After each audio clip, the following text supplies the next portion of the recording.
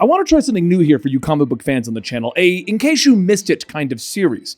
Basically looking at the variations of your favorite characters as they exist in various cartoons, video games, and television shows, and how they're different from their comic book counterpart. Today, we're going to look at the Carnage Queen. In the Ultimate Spider-Man cartoon universe known as Earth 12041, the Carnage symbiote is quite different from the Earth 616 version that we all know. While the original version of Carnage in this universe is a mutated version of the Venom symbiote, that creature is killed in its first appearance. Carnage is then recreated during the symbiote saga, after Harry Osborn is infected with anti-venom. He is watched over by Mary Jane Watson, a friend to both Harry and Peter Parker and an aspiring reporter. In the second episode of the symbiote saga, the Carnage symbiote is recreated under orders by Crossbones and by Michael Morbius. However, Michael Morbius is transformed into a living vampire by Dr. Octopus, another character that we're going to have to look into and how he differs in the Ultimate Universe. Morbius then uses the Carnage symbiote as a weapon, allowing it to bond with Doc Ock. Yet, Spider-Man and Agent Venom are able to free the villain.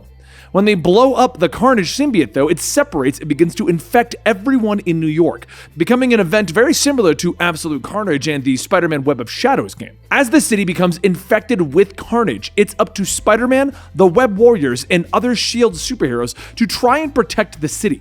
And when they're attacked at the hospital, Mary Jane manages to wake up Harry, who protects her with the anti-venom suit. Harry manages to use the anti-venom suit to stop the Carnage infection, freeing the citizens of New York. The Carnage symbiote then reunites and becomes a giant monster, attacking Peter Parker's old high school. The heroes all launch into battle, hoping to stop the monster.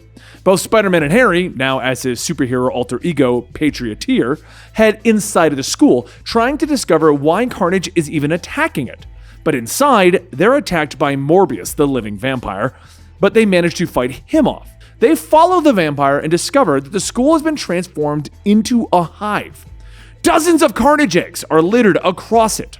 Like I said, this is not the Carnage that we all know from the comics. Inside, they are met by the Carnage Queen. Both Peter and Harry are shocked to discover that the Carnage Queen is in fact Mary Jane, who has been infected and now has 4 legs. Mary Jane seems to have no memory of them, and she tells them that the Carnage Queen is now in control and has brought order to the Carnage Hive.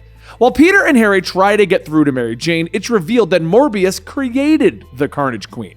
Since Mary Jane had been infected by Venom, anti-venom, and Carnage, it made her the perfect candidate to become the Queen. However, the Queen is not so easily controlled.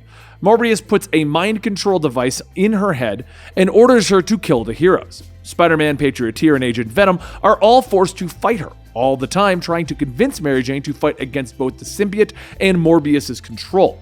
Eventually, the Queen works with her host and tries to control her actions once more. Draining the life from Morbius, she kills the vampire. But the Queen then turns on the heroes again, and it is only by revealing their true identities that they're able to break the Queen's hold. Seeing her friends before her, Mary Jane finally takes control, and she uses her power to destroy all of the Carnage symbiotes that she's created, including the one attached to her.